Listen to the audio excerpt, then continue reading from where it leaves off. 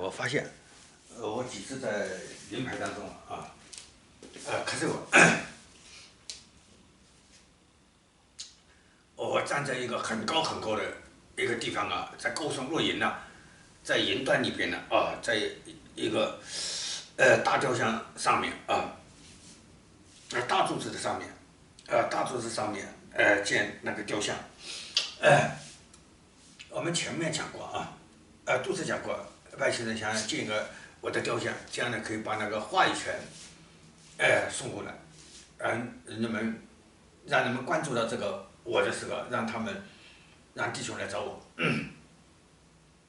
这样呢就知道了外星人的行踪。但是呢，前面呢几次整下来的时候都不在我们这空间，外星辛辛苦苦住的时候，住在了我们那个比我们高一个维持空间了就像那什么，有的国家一楼叫 first floor， 有的呢叫 ground floor 有的一楼实际上是在二楼有的国家的一楼实际上是在二楼上面一楼真正的地面上呢是叫 ground floor 是地面上的楼，然后呢接下来一楼实际上是二楼也许也是这个差异吧，外星建的那个以前呢建的那个雕像大雕像，我的大雕像，结果发现不在我们这空间我们看不见也就比我们高一个维持的空间里边现在的外星人又重新考虑这个问题了又考虑这个问题了又考虑这个问题了要把我那个建雕像这样一个极大的雕像在那边，让人家想到了是我，然后来找我因为那个雕像很高很高的话，就是人高耸若云那个是冷空气那个地方是冷空气所以呢我吸到冷空气的咳嗽，所以呢我临拍的时候最近几天呢经常说了半句话以后就咳嗽说不下去了原来现在冷空气了大概可能人家也注意到这个事情我也不知道为什么当时为什么总是让我要咳嗽原来是高耸若云我现在又想这个事情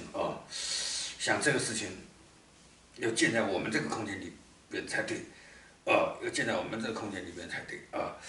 现在我也迷糊了因为他们又同我拥抱之类的我临牌看得见他们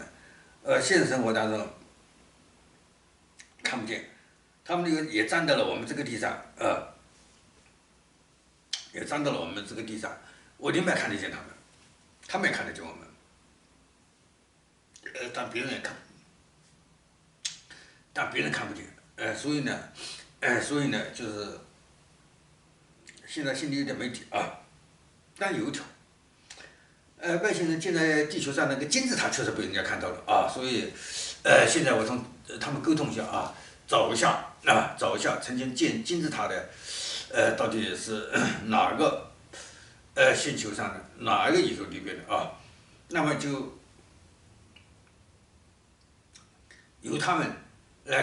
观察一下他们是怎么建的就然后在我们这个地球上就显现了确实埃及金字塔我们大家看得见所以现在那个我们这个信息告诉出去了让他们仔细的研究一下到底是那个金字塔建法和大雕像建法到底区别在哪里，一个看得见一个看不见所以我把这个信息向宇宙里发出去了知道了再见再见再见